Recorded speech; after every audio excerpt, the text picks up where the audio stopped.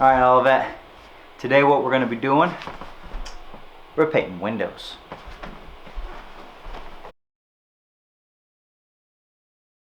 Hey my fellow Olivetian crew, this is Mr. Ash coming back at you with some creative ideas, hopefully some inspiration for you. And today what we're going to be talking about is we're going to be talking about balance, the art principle of balance. Now balance is used all through artwork, and it is how a piece is composed, whether it's balanced from one side to the other. Now you can think of the reverse as that, whether an artwork is purposefully made to be unbalanced. Things that are made balanced can cause the viewer to feel comfortable looking at it and can create some stability in the viewer as they are looking at the piece. Something that is unbalanced can create some instability and some tension for the viewer, and sometimes that's done on purpose.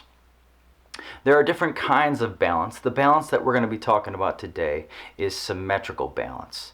Symmetry is something that is balanced equally and the same from left to right. So for example, the human face.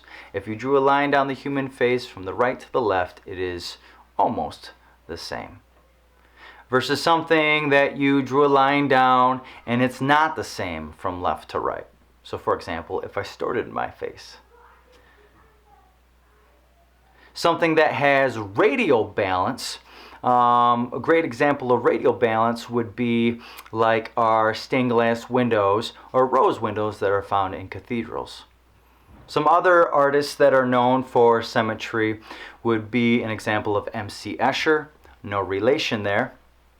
And a piece of artwork that is an example of asymmetry would be Hakusei's The Great Wave. Very unbalanced, heavy on one side, asymmetric. Now for today's example, what my family has done is we've decided to paint on one of our large windows that is facing the main street. We wanted to paint on the window to kind of give our neighborhood some color, and also to give them a feeling of new hope. We decided on painting a butterfly because it is symmetrically designed. One wing from the other is the same. They're colorful. Not only that, but they are a symbol of new hope. As you know, from a caterpillar to a butterfly, they go dormant in their cocoon, kind of waiting, kind of like how we are with our COVID-19 time. And then once they come out of the cocoon, then they're this beautiful butterfly that freely flies. Again, hopefully you find this video inspiring and also as a teachable moment. Olivet, hang in there. We're getting through this. Here's some new hope for you. Alright guys, so the materials for this project. You need masking tape, you need acrylic paint, paint brushes, and dish soap. So with the masking tape, what you're going to do is you're going to mask off your pattern. And then within the spaces, you're going to use that acrylic paint to paint in your areas. Take the tape off, and then last little touch will be painting in those lines. So for my family, what we decided to do was, with just some paper, decided to make some templates for the wings. We wanted to make sure that everything was lined up and everything was neatly, symmetrically done.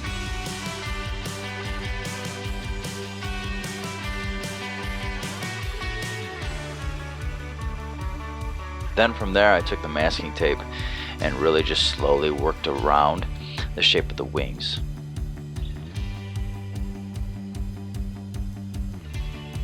Now masking tape really doesn't have the natural nature of wanting to bend on a curve, so you really have to work it and just kind of work slow.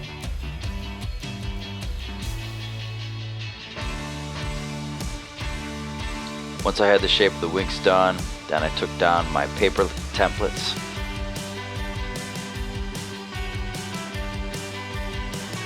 And then this is where I really challenged my own kids. I had Selah in charge of the right wing and Jameson in charge of the left wing. And then they took turns on placing down the first piece of tape, and then the opposite wing had to try to match that tape. It was really forcing them to really pay attention to angles and how things worked from one to the other. Really practicing on trying to match things up, so therefore things were accurately symmetrical.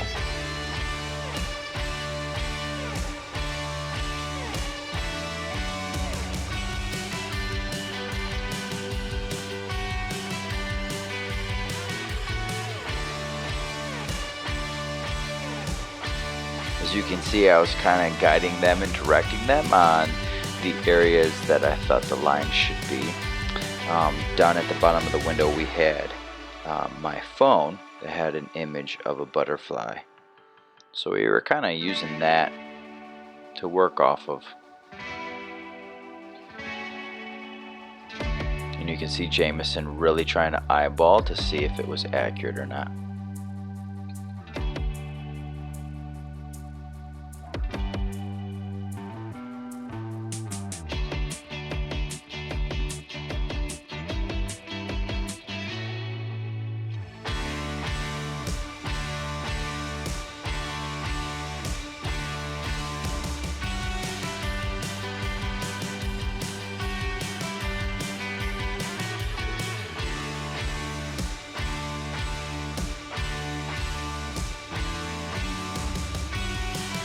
So you can see Jameson's going to lay down his first, and then Selah's going to try to match hers on the right hand side.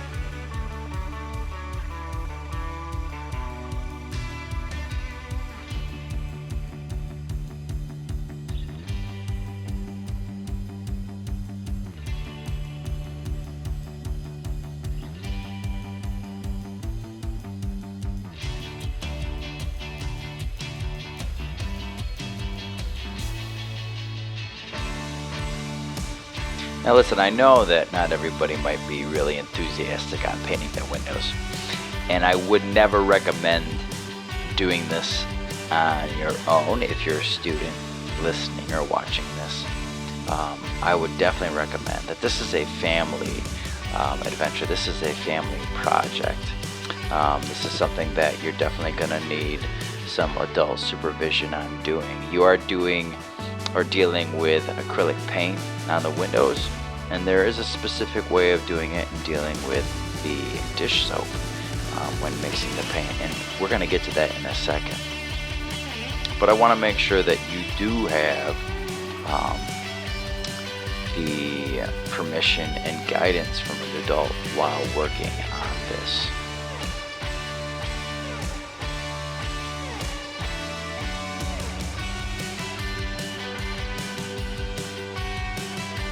Now that we're done with the tape, now it's time to move on to the paint.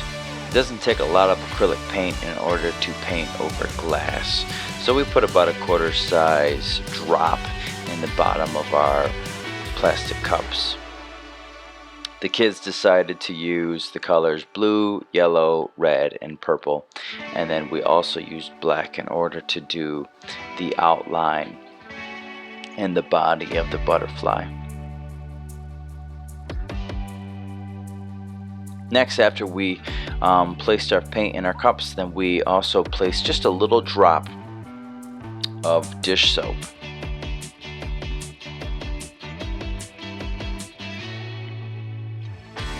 This dish soap is so that when you do decide to clean the paint off of the windows, it makes the cleaning process a lot easier. And then we put about a teaspoon of water in with the mixture of paint and soap, and then we took a brush and we just mixed it really well.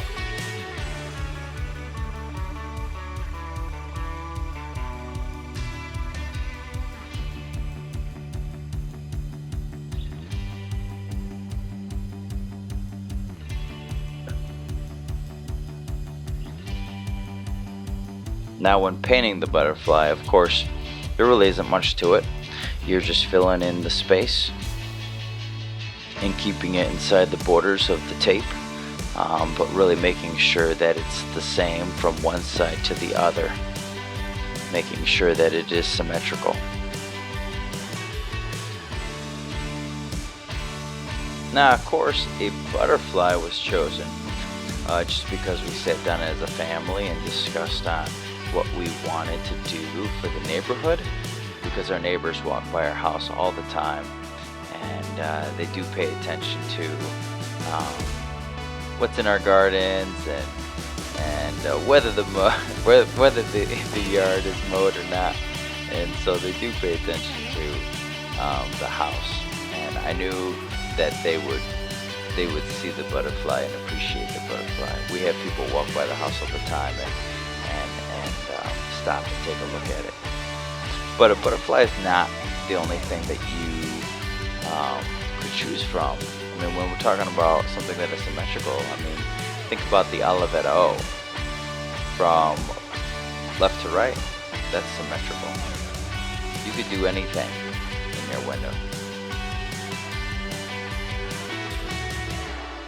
Once the kids got done painting inside the taped areas, then that's when I took over and started painting with the black. Just free-handed the body, and then went over around the outline inside the taped lines, and then also just added a little bit of shape to the outside wings. Again, the most difficult part was keeping it symmetrical, keeping it from side to side. Oh, and this was fun. This is when, you know, you're recording with your kids and the baby decides to knock over the camera. There's the culprit right there. Luckily enough, though, the camera landed on some balls and didn't hit the ground. Lucky, I guess you could say. One thing that I did notice with the paint, you had to have 2 coats in order for it to be thick enough to where you could see the color, yet transparent enough to where it really let light shine through, and so therefore it was nice and bright.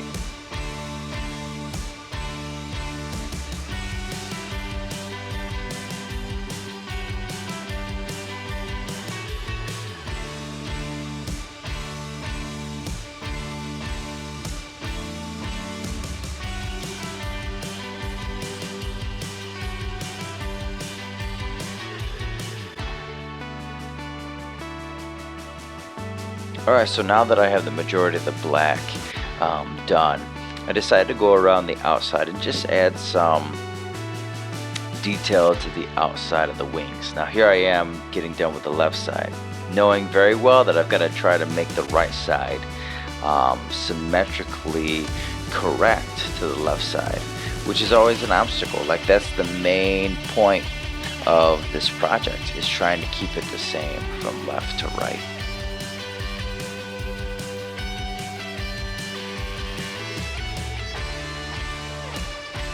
Now guys, this does not have to be done on a window. This can be done on paper. Just the challenge of designing something from left to right and keeping it the same, keeping it balanced and keeping it symmetrical, is something that takes practice and something that takes skill with the eye and the hand. Just another thing for you to practice, just another thing for you to work on. Guys, I hope that this was fun and entertaining. I hope you learned something about balance and symmetry. Go ahead and give it a try. And don't be afraid of giving your neighborhood a little bit of hope.